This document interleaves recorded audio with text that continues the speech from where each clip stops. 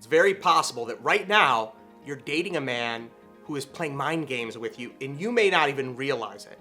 Now in this video, I'm going through 5 ways that men play games and exactly how you can respond in the most appropriate, high-value way. I'm Jason Silver. I am the dating coach for ambitious women. You've reached my channel, Attract Great Guys, where I go deep into the psychology of attraction with high-quality men. So if you want to get notified of all of my upcoming free trainings and videos on understanding men and attracting a lifelong committed relationship, then hit that red subscribe button and the little notification bell right next to it so you don't miss any of my upcoming free trainings. Let's jump right into it today. The first way that a man might be playing games with you is if he's constantly sarcastic. The root of the word sarcasm is sar, and it literally means tearing into the flesh of. So it's not nice. And if his sarcasm is meant towards poking fun at you, just little jokes at you, and you get upset and he's like, oh, I'm just kidding, why are you taking this so seriously? Listen, you have a right to be upset. It's not nice, period. If he's joking and making a joke at someone else's expense, that is not kind. And you don't deserve a man who's gonna be rude and unkind. There's some people in life who are just like steamrollers, and they steamroll over people. And if you step in front of them, you put your hands out like Austin Powers and you say, stop, stop, you're steamrolling. Guess what's gonna happen? You're gonna get steamrolled. So I recommend you just gently step aside if you find someone being rude or inconsiderate. You don't need to argue, you don't need to fight, because the more energy that you spend trying to change an inconsiderate man, the more time you're missing out on connecting with a truly great guy who's going to appreciate you. So raise your standards up and don't allow these guys to play that game. Don't let the steamrollers steamroll you. Now, the second way a man might be playing games, if he's playing hard to get. He might be playing hard to get if there's large gaps in his responses or his follow-ups with you, or if he's just too busy for certain, areas of investment. Here's the deal. If you end up dating a guy and you make this assumption that he's looking for a lifelong relationship, that he's serious, and I don't know why these assumptions are even being made in the first place. Maybe he tells it to you, or he mentions it in his dating profile. Maybe you even have a deep conversation about it. I don't care. It doesn't matter. Action speaks louder than words. And if he's playing that game where he's not communicating with you consistently, then I have to ask, do you really know what he wants? Because you may think he wants a commitment or a relationship, but if he's not taking any action towards that, then is he? So the first part here is understanding, not just asking him questions, but watching his actions to see if it's congruent and if it aligns with what he says he wants. And you don't have to wait 6 or 9 or 12 months to start conversations around commitment and what his goals are and what your goals are with dating. Because if you're not talking about what you want, then what are you even doing in the relationship?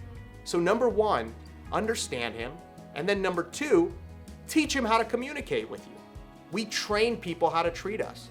And if he's waiting to reach out to you, call him, text him, and if he doesn't respond in a day, the next time I talk to him, you could tell him, say, what's going on? How do I best communicate with you? How do you typically respond here? What are your expectations? And then once you both set clear expectations, you're gonna have a better idea of, does this guy have integrity? Is he able to communicate? Are we able to compromise here or not?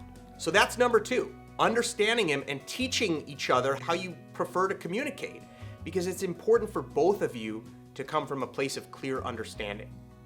The third way a man might be trying to play games with you is if he's guilting you into sleeping with him.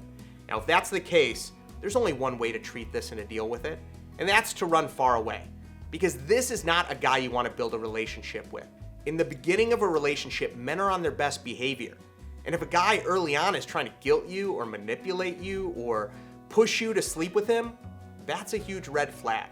Because a man should want you to feel comfortable, never uncomfortable. And he shouldn't use pressure or manipulation tactics to try to get you to sleep with him. If he's doing that, then he's self-centered and he's focused on his own needs. Number 4, if a guy tells you you're intimidating. Some of my clients who are professionals, who have great jobs, are afraid that they're intimidating men because they make too much money.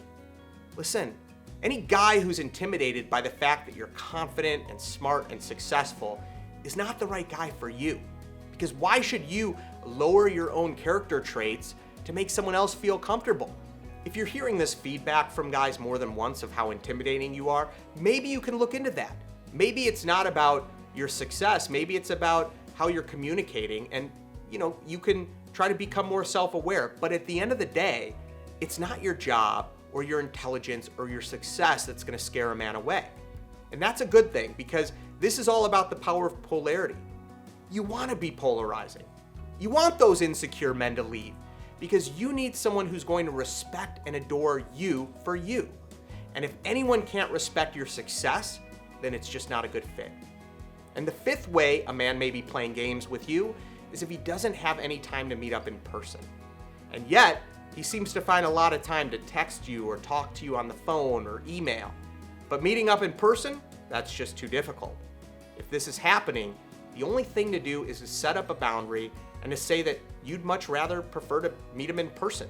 And if he doesn't make it happen, if he's not interested in being flexible and going out on a date, then I would just end it. Because there's no reason to develop a relationship with someone virtually.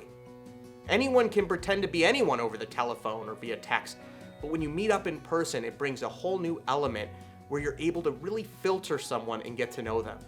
But if he doesn't want to do that, if he's not going to meet up, then who knows what his real situation is. But I wouldn't stick around to find out.